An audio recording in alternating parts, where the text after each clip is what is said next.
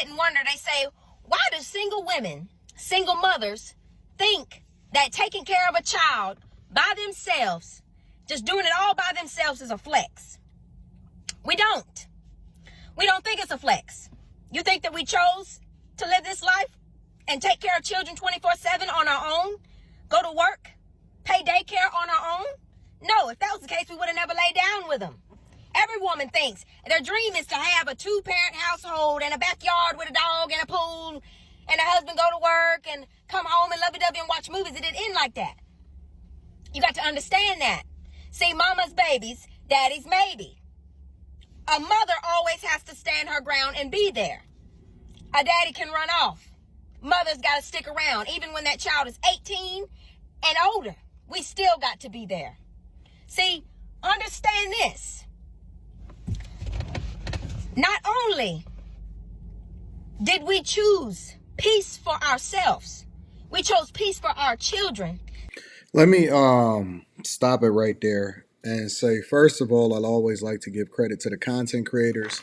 So that link will be down in the description, because regardless of whether I agree with it or not, I always got to make sure that I give credit to the content creators, just because it's the right thing to do. So for all of y'all content creators that react to videos, or you know what I'm saying, you see stuff or people send you stuff. In this case, people send me videos, and then I mine through my email to figure out which ones is worthy of having a conversation about based off of what's happening in the culture. Link back to the creators. It's just the right thing to do. Again, regardless of whether you agree with it or not, link back to the creators. Make sure you tap into the Patreon. Link is in the description. Also, Teach Henley, 40% off your first order plus 20% off of life. That link is in the description also. Now, I've coached too many women, dealt with too many broken homes, had too many conversations with people, and then more importantly, I've seen too many videos where mothers and women celebrate leaving their households or breaking up with a guy, all for the sake of something stupid, small, minute, and then they have an echo chamber of women that's in the comments that's encouraging her to do so. So this is disingenuous at best. Are people a monolith, and are there people that actually did dream of what she says? I 100% think that that's a possibility, 100%. Because again, there is no one-size-fits-all solution to everybody, and that's why you got to kind of modify what you're speaking to based off of whoever it is that's saying it.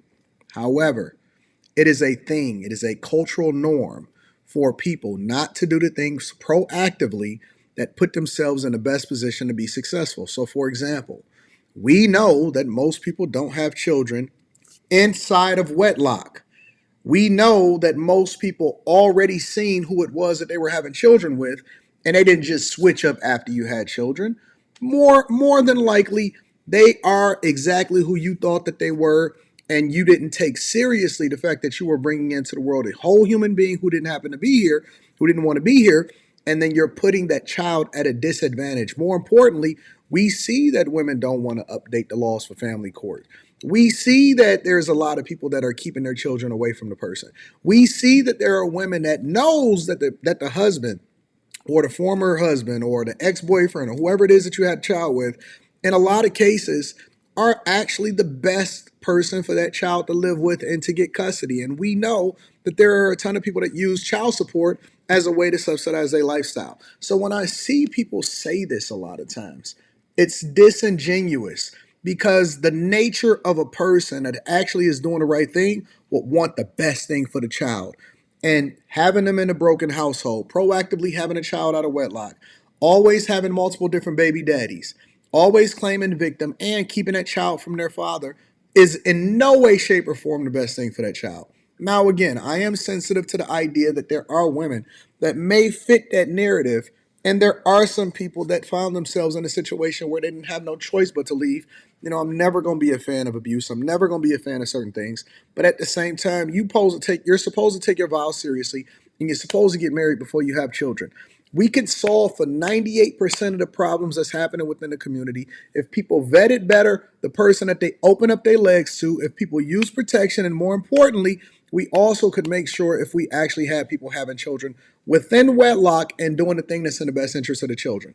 But we know that there's too many situations where people are being disingenuous. It's always going to be the other person's fault. They never say what they did, and they never take responsibility for the situation that they in. I want to let this woman finish her statement because I want to see the rest of what she has to say. But I hate when people be disingenuous and say that all women want this or this and that. It's not. Nope. And it is absolutely true. It's not a flex.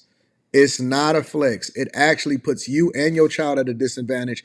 And a lot of women are raising their children up to be son husbands because you need two parents. You need that masculine energy, and then you need the woman as a nurturer, as a helpmeet to actually raise that child to be in the best at what they're gonna be, to be in the admonition of God. It's just the facts. See, a lot of you women are in a household right now, and you got a man, and you stand your head so high because you got a man paying the bills, but you're miserable.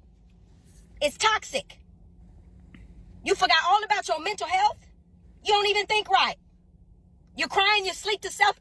You crying at You don't even know how night to say by it right. yourself when you got a man laying next to you, but he texting another woman. Stop that shit, bro. Sometimes you got to choose peace for yourself. That's the difference. We chose peace over our life. We chose our mental health. We benefited for our children so that they don't have to sit and listen to cussing all back and forth, throwing shit all over the wall. We chose peace in our house. And you're telling me you just now discovering that when you decided to have children with them? Get the fuck out of here, bro. Household. It's not a flex. But I tell you one thing, peace is. So when you question it, write what I just said down. Listen, bro. Again, we could do all of that yelling. We can do all of that aggression.